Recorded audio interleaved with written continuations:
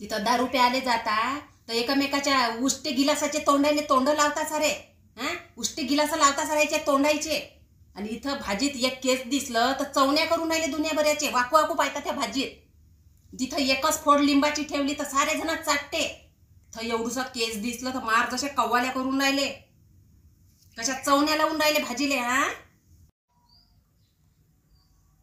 का व काय वय हे? गिया चट चट 17 कामं असते मला जरा घरातले. काय त्या केसायला चोपडत बसू मी?